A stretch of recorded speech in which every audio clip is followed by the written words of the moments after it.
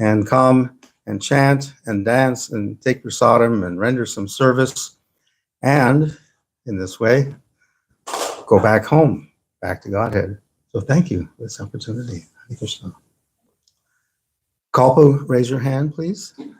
This is my good wife, Kalpa Latika. And sometimes when she introduces herself to people who aren't familiar with Sanskrit, she'll say Kalpa Latika. It rhymes with couple of teacups. So, but you can just call her Kalpa. Anyway, she's been a tremendous source of aid and inspiration in my spiritual life, and I hope I can reciprocate. So thank you. Hare Krishna.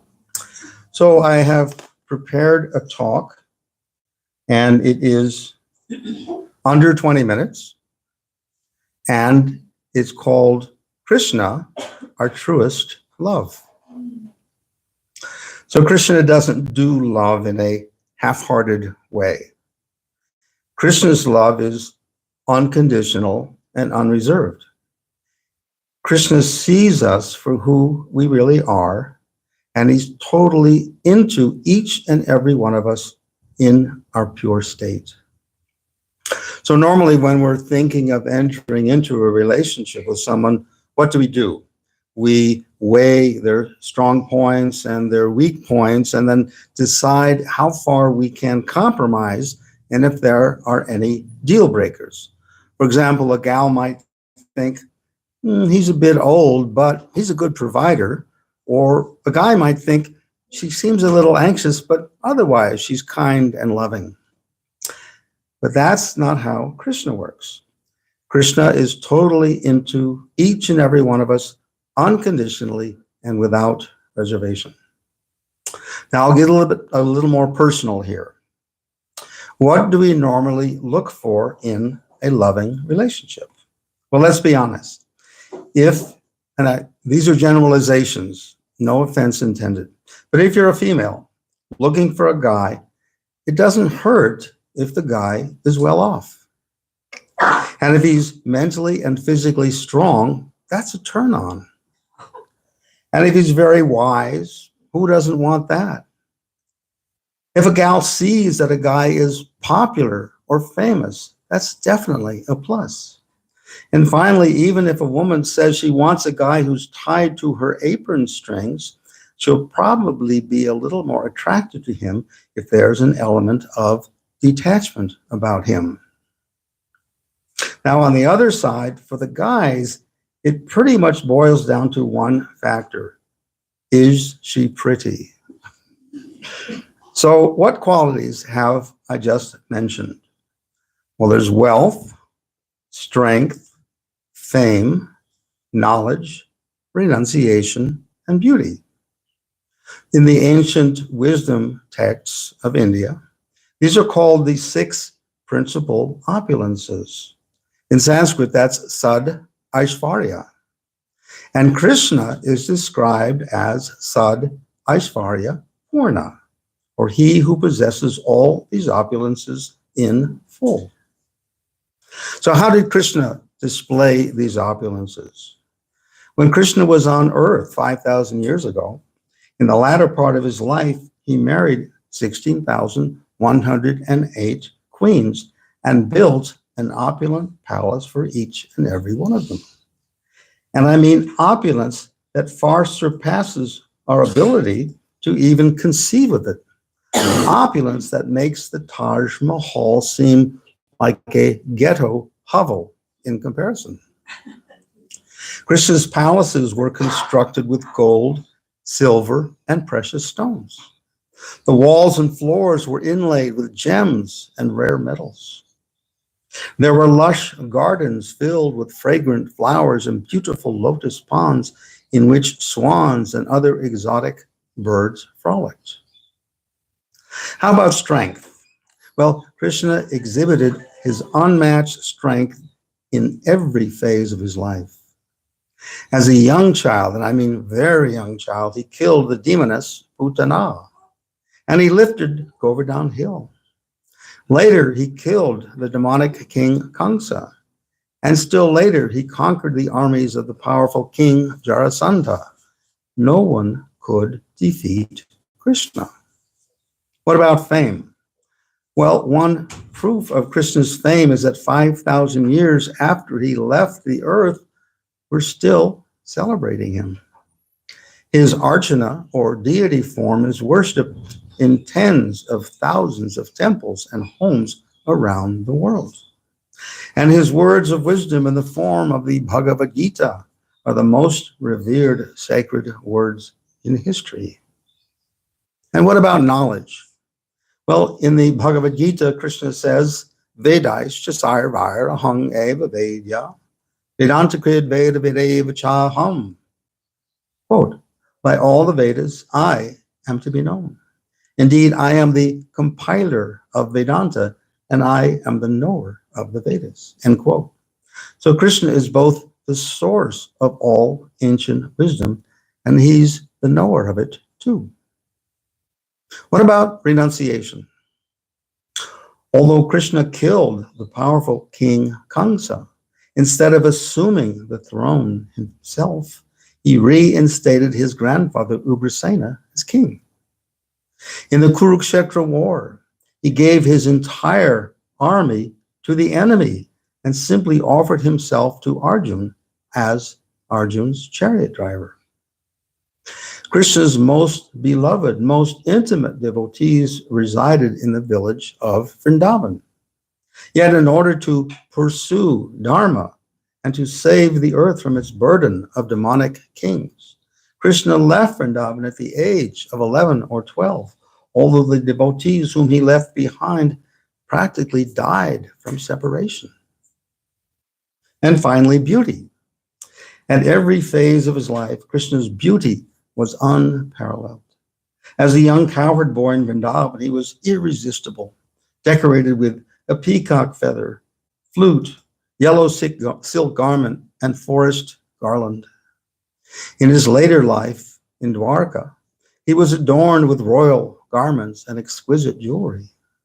And his queens, such as Rukmini and Satyabhama, were captivated by his eternal divine form, which never aged beyond 16 years, even though he was a grandfather of over 100 years. So again, we may possess some of these 6 principal opulences: wealth, strength, fame, knowledge, renunciation, and beauty to a tiny degree. But Krishna possesses all of these opulences in full, without limit. Not only that, but each of them is increasing in Krishna for all eternity. What if we were able to establish a relationship with Krishna? What would that look like? And how would that be different from a relationship in this world? Well, here's a mundane example. Arizona is a community property state, which means that any assets required by either partner during their marriage are considered jointly owned by both spouses.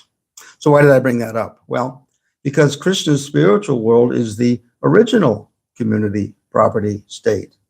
In other words, Krishna will share with us without reservation all of his opulences if we become exclusively and purely devoted to him.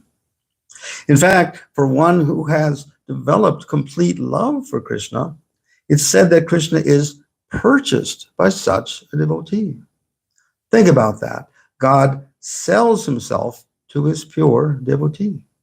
For example, when Krishna plays with his cowherd boyfriends as equals, or when he becomes afraid of being punished by his mother, that gives him way more pleasure than receiving the formal prayers of great yogis in the forest.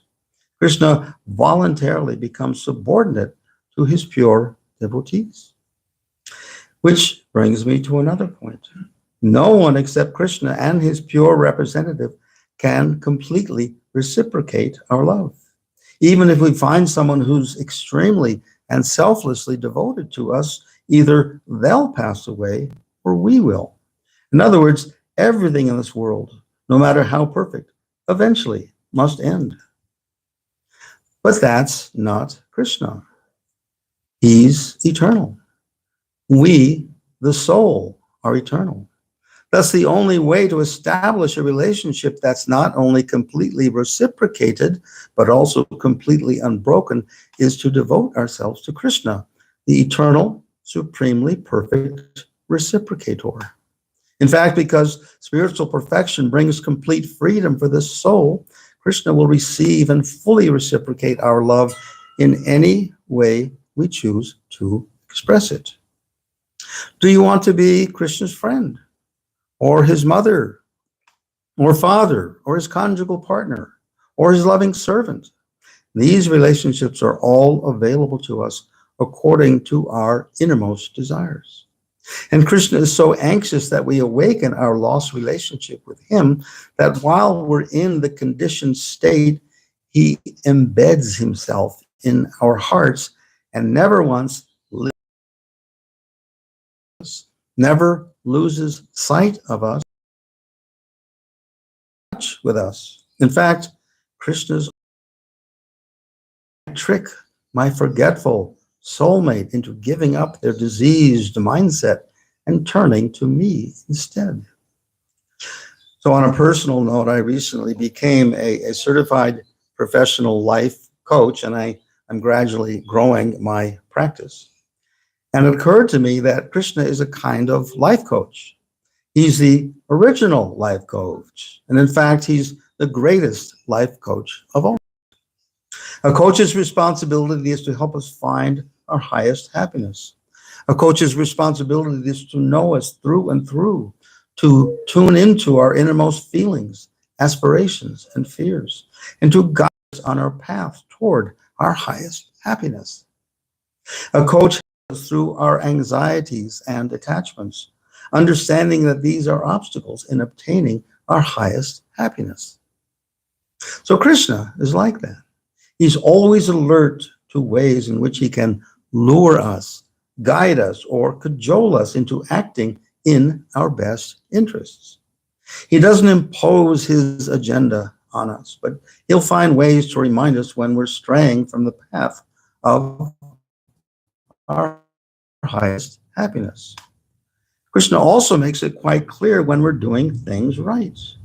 We might feel an enhanced enthusiasm for chanting his, carrying out some service to him. We might experience deeper insight into our spiritual path or deeper appreciation of Krishna's wonderful qualities. That's Krishna's reciprocating potency. There's often no delay in us simply knowing that we're doing things right. For example, one morning I was chanting the Hare Krishna Maha Mantra on my beads, and it occurred to me that the only way to become gradually detached from material pleasure was to connect with the pleasure potency of Krishna, his spiritual pleasure potency. And then I thought, now wait a minute, that's way too advanced for me. How can I expect that kind of intimate connection with Krishna? But then it further occurred to me that every time we chant Hare, we're actually calling out to Hara, or Srimati Radharani, the pleasure potency of Krishna. So that's built into the Maha Mantra, our petitioning Krishna and his most intimate devotee, Srimati Radharani, to allow us to connect to his pleasure potency. And as we're able to do that more successfully, we gradually see the material world and its temporary pleasures for what they are, a pale reflection of the ever-expanding pleasure that awaits us in spiritual consciousness. So in speaking of chanting Hare Krishna, that's something we do many times a day, or a few hours, actually. The danger, of course, since we're doing it repetitively, is that it can become harder to keep our focus. But if we remind ourselves that Krishna's name and Krishna himself are non-different, then it's possible to inject more heart, more attention, and more feeling into our chanting in order to allow us to fully connect with the holy name. Remember, the Maha Mantra is a mantra, a transcendental sound that is chanted repeatedly, but it's also a prayer to be reinstated in our original relationship with Krishna.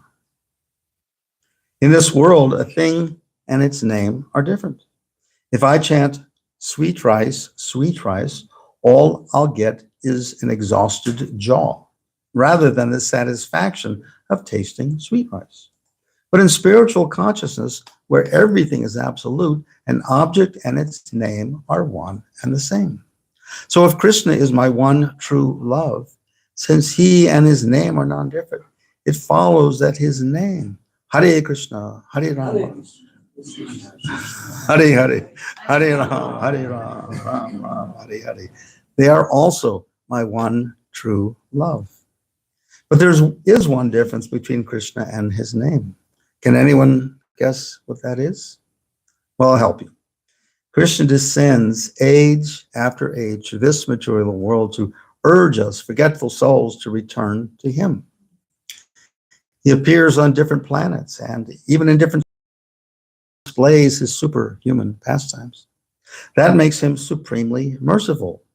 But as merciful as Krishna is, his holy name is even more merciful, because Krishna's holy name is available to us 24 hours a day in any condition and under any circumstance. Krishna, in his personal form, is not always physically present in this world, but his holy name is always available to anyone, regardless of time, place, or circumstance. To approach Krishna directly, we must be completely pure. But to approach Krishna's name requires no pre-qualifications, and the holy name is as potent as associating. Krishna may consider the qualifications of a devotee before granting his mercy. In the Bhagavad Gita, Krishna asked that we surrender to him, and then he would protect us from our past karma. But the holy name was available to one and all, regardless of their state of spiritual advancement, of their freedom from past karma. If Krishna is the source of everything, why don't we see Krishna everywhere? Desire. We don't see Krishna because we don't want to. In fact, it's quite the opposite. We've come to this material world in order to forget Krishna, to pretend that we are little Krishna everywhere, but he hides himself behind his material energies in order to allow us a chance to try to make this world into our private playground, but we'll never be successful. The only way out of this conundrum of being subjected to repeated births and deaths is to make Krishna the center of our lives. When I grew up, Krishna was not my reality. Something else was. But since I met my spiritual master, I've tried to remove the blindfold of material desires and put Krishna where he belongs, in the center of my life. So how do we make Krishna more real in our lives? I mean, he is the supreme reality. So it doesn't get more real than Krishna. But the question is, how can we make Krishna more of a reality for us? Well, here are some practical ways. We can establish friendships with his devotees. We can make a sustainable vow to chant a certain number of Krishna's names every day. Or we can offer to take up some service in his mission. Here in the center, there are unlimited opportunities. And there are many other ways. So these are not proposals, but they're highly effective in changing our consciousness from me-centered to Krishna-centered.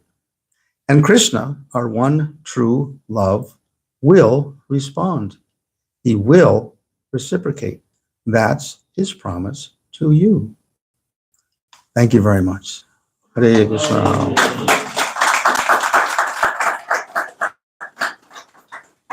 If you have any questions, Yes. Oh, yes. Hare Krishna. Yes, you. Hey, Paul, you mentioned pleasure potency, and I've heard that before, but I don't feel that I have a good understanding of what that means. So, limited capacity for pleasure, eating, seeing, hearing, and so forth and so on. Okay. So we have a limited pleasure potency. Does that make any sense? Mm-hmm. Okay. So Krishna's body is unlimited. He appeared in a human-like form, But even when he descended in a human-like form, he was not constrained by the laws of nature that constrain us. So Krishna's pleasure potency is his ability to enjoy, but his enjoyment is not like ours. Ours is material, Krishna's is spiritual. Material pleasure has a beginning and an end, and usually involves a certain amount of misery. Like if I eat one bite too many, that particularly at my age, I'll suffer way more than that one little bite of food offered me, of pleasure that food offered me. But Krishna, in his senses and body being unlimited, he can eat with his eyes, he can hear with his tongue, he can perform the activities of all of his senses with any of his senses. Again, Krishna's pleasure potency is his capacity, his ability to spiritually enjoy. And he invites us, please participate with me in this supremely pure activity of pleasure, of his pleasure potency. We can enjoy with him as his son or daughter, as his friend, as his parent, as his loving servant, and in a conjugal relationship. So this is according to our desires. We can experience in a small way that unlimited pleasure potency of Krishna. And as I said earlier, any pleasure in this world is paled by comparison to spiritual pleasure once we truly begin to taste it. Does that help? Okay, good. Yes, sir. In your reading, you stated that somebody was killed, and I don't I it was kind of like it was shocking, and I don't know.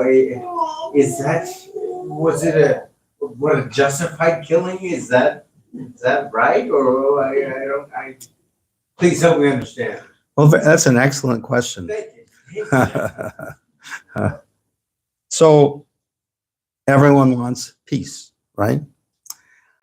But unfortunately, in this world where people in general are competing for a limited number of resources, as we see, peace is not always possible. In fact, it's very rare, okay?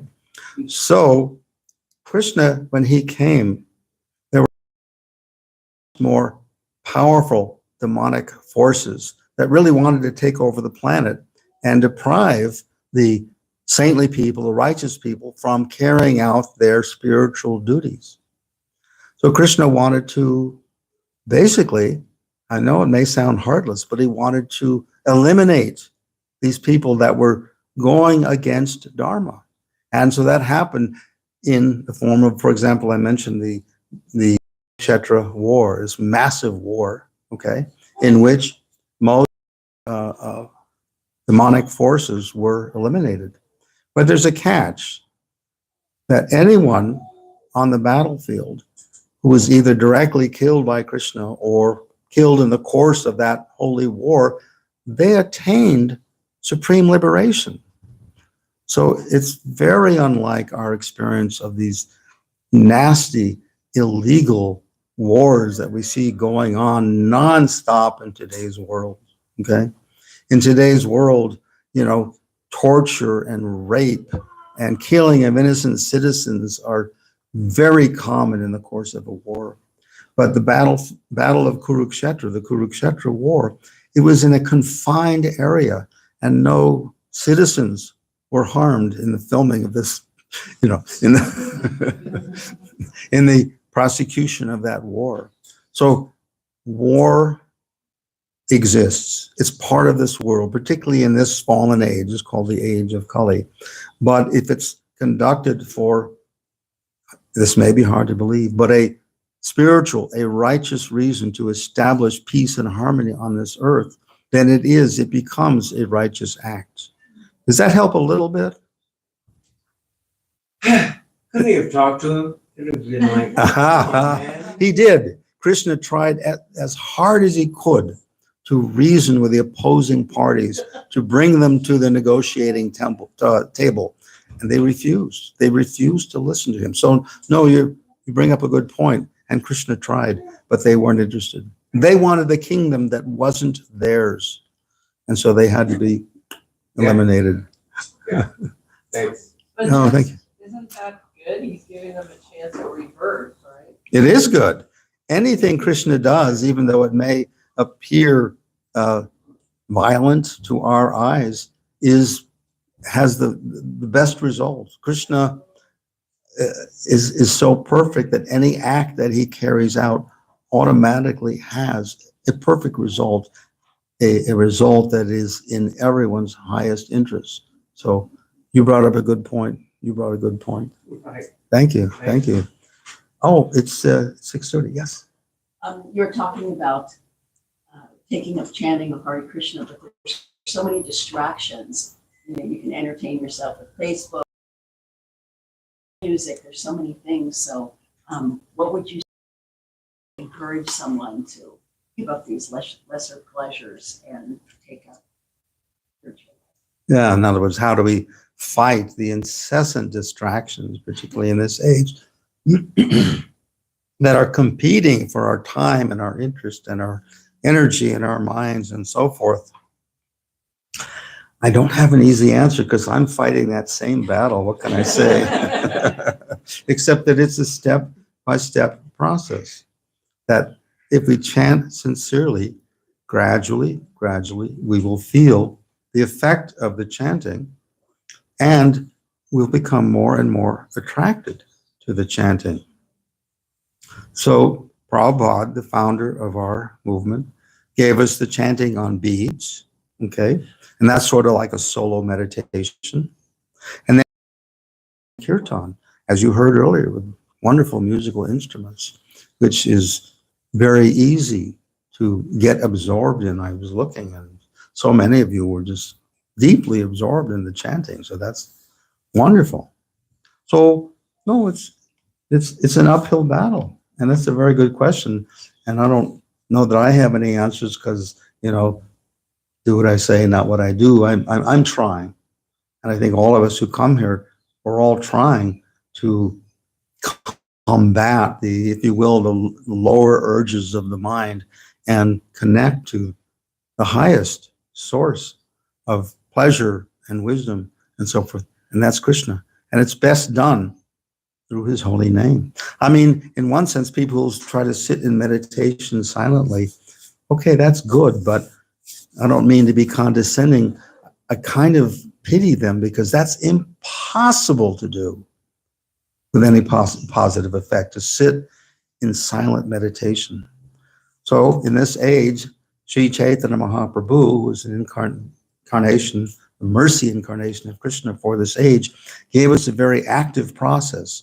When we chant, it said that we're locking in. We chant and we hear with the tongue and the ear, we're locking in the mind to the holy name. So it's very, very effective. And Krishna forgives us if we're not totally attentive and totally devoted, because again, it's a gradual process. Thank you. Very good question. How did you smile? Okay. Thank you for coming.